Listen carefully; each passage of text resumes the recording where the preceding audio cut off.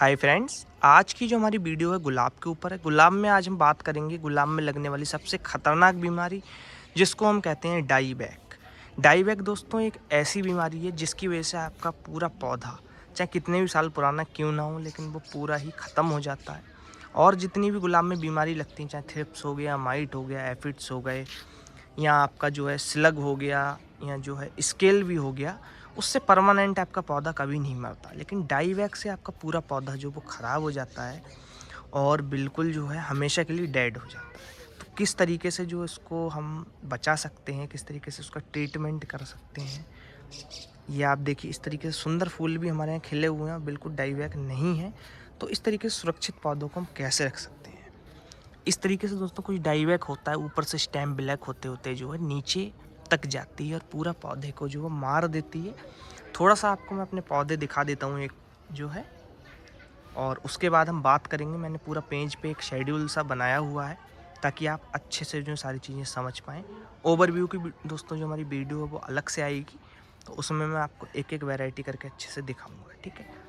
तो चलते हैं अब हम लोग जो है अपना टॉपिक की तरफ, और किस तरीके से जो है हम कंट्रोल कर सकते हैं डाईबैक को। ये हमने एक पेज बनाया हुआ है पूरा जो है। और सबसे पहले दोस्तों मैं आपको थोड़ा सा दूर से दिखा देता हूँ, आप लोग इसका स्क्रीनशॉट ले लीजिएगा अगर पढ़ना चाहें तो। जो है फर्टिलाइज़र शेड्यूल जो हमने बनाया था उसका कई लोग पेज मांग रहे थे, शायद मैं अच्छे से दिखा नहीं पाया हूँगा, लेकिन इसका आप स्क्रीनशॉट ले लीजिएगा तो आराम से पढ़ पाएंगे। अब दोस्तों हम बात करते हैं गुलाब के डाईबैक के ऊपर जो है, तो रोज़ डाईबैक डिजीज़, ठीक है। और गुलाब में डाईबैक लगने के दो कारण होते हैं। आइडियल क्लाइमेट कंडीशन का होना, अनुकूल वातावरण परिस्थिति का होना, और किसी कारण से प्लांट की इम्यूनिटी का कमज़ोर होना। अगर आपका पौधा किसी वजह से कमज़ोर हो तो ये दो हमने यहाँ पे मेन कारण लिए हैं। जितना भी मैंने एक्सपीरियंस किया है उस हिसाब से मैंने ये चीज़ें अपनी जो है इसको चार्ट के द्वारा जो है मैं आपको बता रहा हूँ। ये कोई साइंटिफिक चीज़ें नहीं है जो है, ठीक है। ये मैंने अपने आप जो एक्सपीरियंस किया है वो मैंने चीज़ें इस पर लिखी हुई हैं। नंबर 1 पे हम बात करते हैं आइडियल क्लाइमेट कंडीशन का होना। अगर देखिए आपके इधर का क्लाइमेट बहुत अच्छा है डाईबैक को ग्रो करने के लिए, तो वो बहुत ज़्यादा जो आपको दिक्कत देगा। तो डाईबैक एक फंगस जनित डिजीज़ है जो मौसम में बदलाव होने पर लगती है। जब मौसम में या आपके प्लांट के आसपास ह्यूमिडिटी आर्द्रता कम होती है तो ऐसा मौसम डाईबैक लगने के लिए सबसे आइडियल होता है। ऐसा मौसम आपने लोगों ने दोस्तों देखा होगा होली या दिवाली की साइड जो क्लाइमेट रहता है अजीब सा एक जो है, मतलब ना तो ठंडक होती है ना तो गर्मी होती है, बड़ा ही अजीब सा जो है सूखा सूखा सा मौसम होता है। उसमें ह्यूमिडिटी सबसे ज़्यादा कम होती है।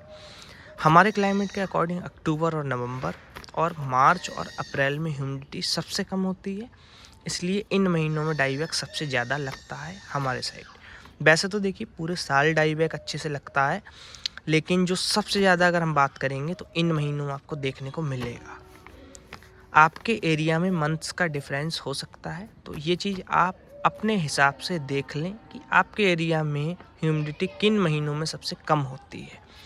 तो दोस्तों देखिए क्लाइमेट कंडीशन में तो इतनी चीज़ें हमारी आ जाती हैं जो है, और इतनी ही हमारी चीज़ें रहती हैं कि ह्यूमिडिटी का कम होना, मैंने सारी चीज़ें आपको बता दी हैं। और इसका निवारण भी वो मैं अभी आपको दिखाता हूँ किस तरीके से इस चीज़ को ट्रीटमेंट किया जा सकता है, ठीक है। डाईबैक फंगस से होने वाली बीमारी है, इसलिए किसी एक अच्छे फंजीसाइड का यूज़ इस प्रकार से करें।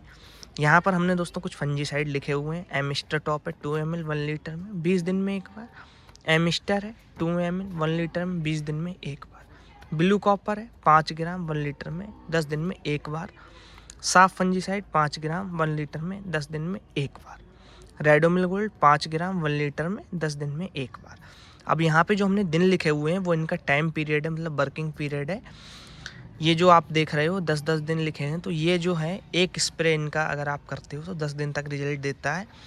ऊपर जो 20 दिन लिखे हुए हैं मिस्टर और मिस्टर टॉप में, तो इनका अगर आप स्प्रे करते हो तो ये 20 दिन तक आपको रिजल्ट देता है, ठीक है। कोई भी जो है एक फंजीसाइड आपको ले लेना है इनमें से जो है, और आपको उसका यूज़ करना है, ठीक है। कोई भी एक आप फंजीसाइड ले सकते हो। अब इनमें भी दोस्तों जो है देखिए इनकी सबकी कीमत में भी अंतर होता है, तो डाईवैक पे इन सबका रिजल्ट भी अलग अलग आपको देखने को मिलता है। कोई आपको 90% रिजल्ट देगा, कोई 80% देगा जो है, और कोई 70% देगा। तो ये चीज़ है सब में जो है, लेकिन फिर भी आप जो अपने हिसाब से देख लीजिएगा जो है। मैं इस समय एमिस्टर टॉप का यूज़ कर रहा हूँ, और एमिस्टर मिल जाता तो उसका यूज़ भी कर लेता हूँ। तो ये मेरा 90% तक मुझे रिजल्ट देता है डाईवैक के ऊपर जो है। और ये जो साफ वगैरह हैं, रेडोमिल गोल्ड वगैरह, ये थोड़ा सा कम देते हैं, लेकिन देते हैं ऐसा नहीं है, लेकिन थोड़ा सा कम रहता है परसेंटेज के हिसाब से। अगर डाईवैक ज़्यादा परेशान कर रहा है तो आप किसी एक फंजीसाइड को लेकर 24-24-24 घंटे के गैप पर 3 स्प्रे लगातार कर सकते हैं। ठीक है, मतलब एक दिन आपने एक स्प्रे किया, फिर अगले दिन आपने एक स्प्रे किया, फिर उसके अगले दिन आपने एक स्प्रे, इस तरीके से 3 स्प्रे लगातार आपको करने हैं अगर बहुत ज़्यादा डाईवैक पीछे पड़ गया है तो। ठीक है, अगर डाईवैक से ज़्यादा परेशान नहीं है तो भी 20 दिन में और 10 दिन के गैप पर फंजीसाइड का स्प्रे करते रहें। जो भी आप फंजीसाइड यूज़ कर रहे हो, जितना भी उसका वर्किंग पीरियड है, उस हिसाब से आप यूज़ करते रहिए। इंतज़ार ना करिए कि मेरे पौधे में डिजीज़ लगे। उसके बाद दोस्तों हमारा यहाँ पर एक पॉइंट है, हर दिन 2 से 3 बार प्लांट की पत्तियों एवं स्टेम पर हल्की हल्की शॉवरिंग करते रहें। ये काम आप सुबह 8 बजे से लेकर शाम 5 बजे तक कर सकते हैं। ये आइडियल टाइम होता है, इसके अलावा भी अगर आप करना चाहो तो कर सकते हो, लेकिन 8 से 5 का जो टाइम होता है बिल्कुल आइडियल होता है। ठीक है, तो शॉवरिंग करने से मैंने आपको बताया ह्यूमिडिटी जो है कम रहती तो लगता है डाईवैक। तो आप जो अगर शॉवरिंग करोगे तो ह्यूमिडिटी जो है थोड़ी सी आपके पौधे के आसपास मेंटेन रहेगी, उससे आपको रिजल्ट देखने को मिलेगा। तो ये दोस्तों हमारे जो कुछ कारण थे क्लाइमेट कंडीशन का जो है नंबर 1 पे जो हमारा था, और इसका मैंने आपको ट्रीटमेंट भी बता दिया है। अब जो सबसे बड़ी चीज़ आती है वो दोस्तों ये वाली चीज़ है, किसी कारण से प्लांट की इम्यूनिटी का कमज़ोर होना। प्लांट दोस्तों अगर आपका कमज़ोर है, उसकी बहुत सारी वजह होती हैं, तो हमने वही लाइन से लिखी हुई है यहाँ पर क्या क्या वजह रहती है। कुछ गुलाब की वैरायटी ही ऐसी होती हैं जिनमें डाईवैक ज़्यादा लगता है। ये एक जेनेटिक फैक्टर है, इसमें हम कुछ नहीं कर सकते। कुछ कुछ दोस्तों गुलाब की वैरायटी होती ही ऐसी ही, नेचर उनका ऐसा होता है कि बहुत ज़्यादा जो है डाईवैक लगता है उनमें। तो आप जो है अभी मैं आपको बता दूंगा किस तरीके से वो आपको जानना है। ठीक है, तो ये सबसे पहला कारण होता है वैरायटी का चुनाव। अगर आप कर रहे हो कि आपने बहुत ज़्यादा डाईवैक वाली कर ली, फिर आप परेशान तो रहोगे ही। गुलाब की प्रूनिंग करते समय स्टेम को शार्प कट ना करना। उसकी स्टेम दोस्तों अगर पिचक गई तो भी डाईवैक की प्रॉब्लम बहुत ज़्यादा आती है। गुलाब की जड़ों को अच्छे से ऑक्सीजन ना मिलना, इसकी 2 बड़ी वजह होती हैं। मीडिया का अच्छा ना होना, ऐसा मीडिया जिसमें वाटर जल्दी ड्रेन और ड्राई ना होता हो। आपने पानी दे दिया लेकिन वो जल्दी से निकल नहीं रहा है, और अगर जल्दी से निकल भी गया तो जो उसने एब्जॉर्ब किया मीडिया ने, वो पानी जल्दी सूखता नहीं है, कई कई दिनों तक अगर सूखता नहीं है। दोनों क्वालिटी होनी चाहिए, ड्रेन होना जल्दी और ड्राई होना जल्दी। ओवर वाटरिंग दूसरा दोस्तों इसी में है, पौधे को ऑक्सीजन क्यों नहीं मिलती है। नंबर 1 पे मीडिया का अच्छा ना होना था, नंबर 2 पे ओवर वाटरिंग है। प्लांट को उसकी ज़रूरत से ज़्यादा पानी देना, जिसके कारण रूट्स गलने लगती है। ठीक है, ये भी एक कारण रहता है। प्लांट के पॉट का सनलाइट से ज़्यादा गर्म हो जाना, जिसके कारण भी रूट्स ख़राब होने लगते हैं। आपने देखा होगा जब बहुत ज़्यादा गर्मी होती है, आपका पॉट जो है एक साइड का हिस्सा जहाँ पे सनलाइट लगती है बहुत ज़्यादा तप जाता है, तो उससे भी रूट्स जो है वो ख़राब होने लगती हैं। अब निवारण की हम बात कर लेते हैं, ट्रीटमेंट कैसे करना है। गुलाब खरीदते समय ऐसे गुलाब वैराइटीज़ को चुनें जिसमें डाईवैक कम लगता हो। ये पता करने के लिए आप यूट्यूब, गूगल और जिन नर्सरीज से आप गुलाब मंगा रहे हैं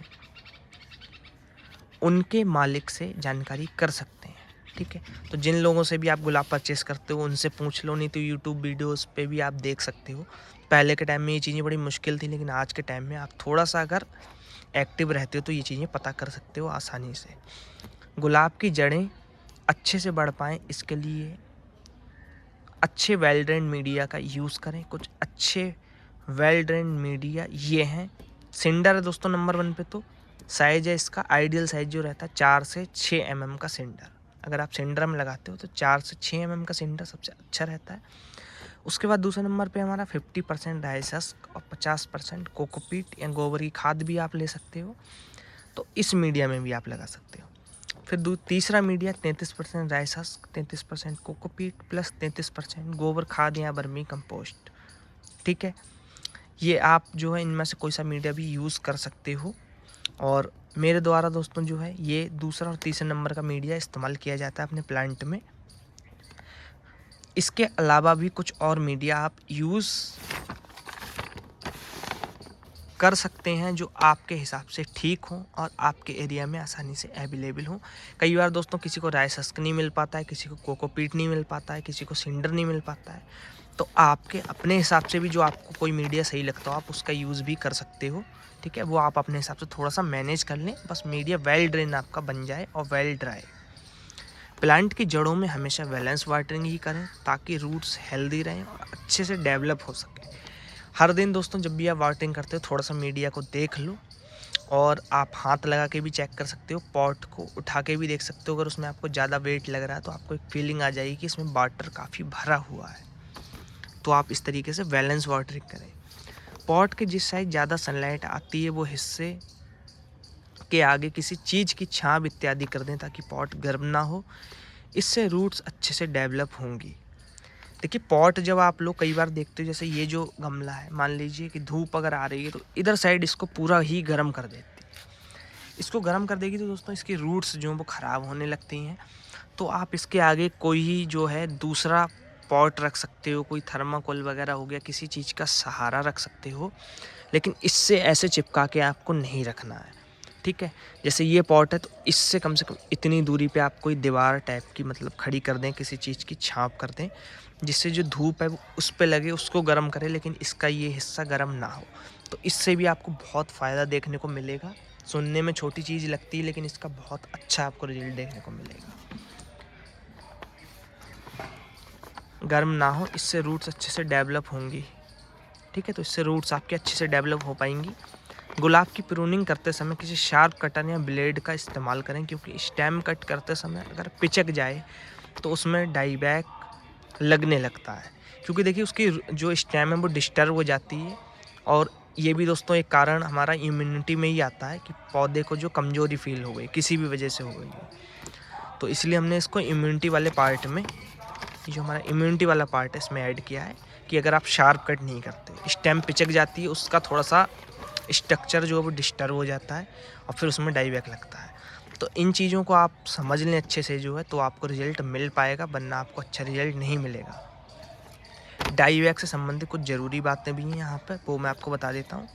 डाईबैक गुलाब की एक जानलेवा बीमारी है, इसलिए लापरवाही बिल्कुल नहीं करनी है।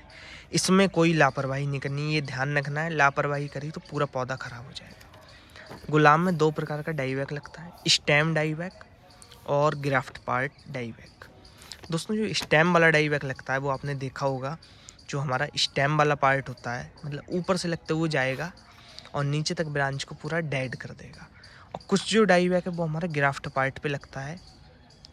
ठीक है, जो ग्राफ्ट पार्ट हमारा रहता है तो उसमें लगता है। 70% प्लांट ग्राफ्ट पार्ट वाले डाईबैक के कारण मर जाते हैं, क्योंकि इसमें कोई संभावना नहीं होती है कि पौधा सर्वाइव कर पाएगा।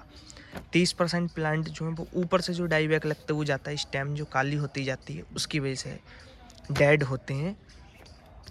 फंजीसाइड का स्प्रे करने के 6 घंटों तक जो है किसी भी प्रकार के अन्य स्प्रे ना करें, ना ही शॉवरिंग आपको करनी है। ठीक है, कोई और स्प्रे आपको नहीं करना है पत्तियों पर, नहीं तो आपको अच्छा रिजल्ट फिर नहीं मिलेगा। फंजीसाइड के साथ कोई इंसेक्टिसाइड या टॉनिक या फर्टिलाइज़र ना मिलाएं, केवल फंजीसाइड का आपको यूज़ करना है। फंजीसाइड के साथ सिलिकॉन चिपकू को मिलाया जा सकता है। डोज 1 ml रहेगी मिलीलीटर में, इस हिसाब से आप सिलिकॉन चिपकू का यूज़ कर सकते हो। सुनने में बुरा लगता है पर कभी कभी क्लाइमेट कंडीशन इतनी आइडियल होती हैं कि अच्छे से अच्छा फंजीसाइड भी 100% रिजल्ट नहीं देता है। तो दोस्तों ये भी एक बहुत जो है काफ़ी प्रॉब्लम वाली बात है, पर मजबूरी है बताना भी कि कभी कभी आप कितना भी फंजीसाइड का यूज़ कर लो, लेकिन क्लाइमेट कंडीशन जो इतनी आइडियल हो जाती हैं कि आपको जो है रिज़ल्ट नहीं मिल पाता अच्छे से और आपका पौधा डेड हो जाता है। तो ये हमारी थोड़ी सी मजबूरी है, लेकिन आपके साथ मेरी उम्मीद है कि सही से जानकारी जो थोड़ी सी शेयर कर पाऊँ जो है, तो इसलिए मैं सारी चीज़ें खुल के आपको बताता हूँ। कभी कभी होता है ऐसा कि आप कितना ही फंजीसाइड दो लेकिन रिजल्ट नहीं मिल पाता है। ठीक है, तो इन चीज़ों को आप अच्छे से समझ लीजिएगा, तो आप जो है थोड़ा सा डाईबैक को समझ पाओगे, कंट्रोल कर पाओगे। जो है केवल फंजीसाइड का सहारा लेंगे तो शायद अच्छे से कंट्रोल नहीं हो पाएगा। क्योंकि बहुत से कारण रहते हैं इसके लगने के। अब मिलेंगे हम नेक्स्ट वीडियो में, तब तक अपना और अपने पौधों का ध्यान रखिएगा। कोई भी दोस्तों आपको परेशानी हो, कुछ समझ में ना आया हो, डिस्क्रिप्शन बॉक्स में मेरा नंबर होगा, आप वहाँ जाके पूछ सकते हो और मैं ज़रूर से आपको रिप्लाई करने की कोशिश करूँगा। ठीक है फ्रेंड्स, बाय फ्रेंड्स।